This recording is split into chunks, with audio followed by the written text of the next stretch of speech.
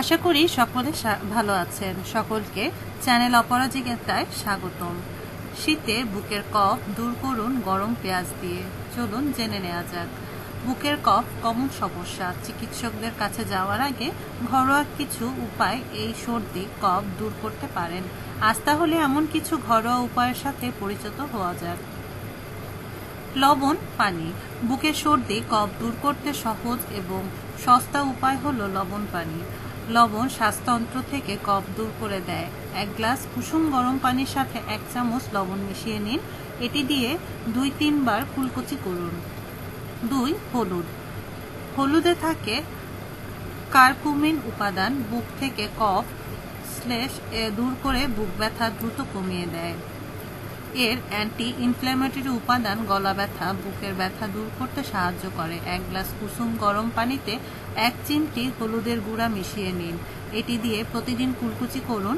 এছাড়া 1 গ্লাস দুধে আধা চা চামচ হলুদের গুঁড়া মিশিয়ে জাল দিন।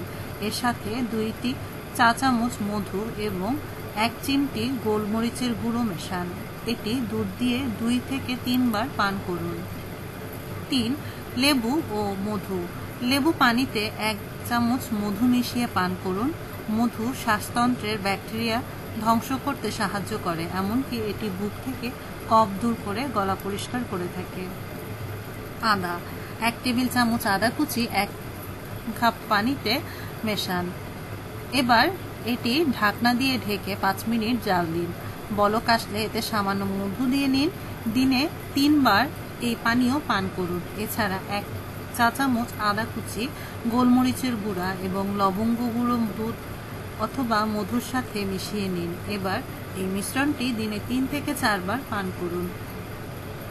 আপনি চাইলে 1 টুকরো আদা নিয়ে মুখে চাবাতে পারেন। আদার রস বুকের কফ পরিষ্কার করতে সাহায্য করে। পেঁয়াজ। সমপরিমাণের পেঁয়াজের রস, লেবুর রস, মধু এবং পানি একসাথে মিশিয়ে চুলায় জাল দিন। কিছুটা গরম হলে নামিয়ে ফেলুন।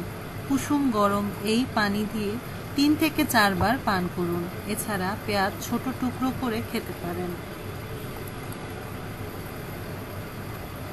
Apple cider vinegar. 1 কাপ কুসুম গরম পানিতে 2 চা চামচ বিশুদ্ধ অ্যাপেল সাইডার ভিনেগার মিশিয়ে নিন। এর সাথে 1 চা চামচ মধু মেশান।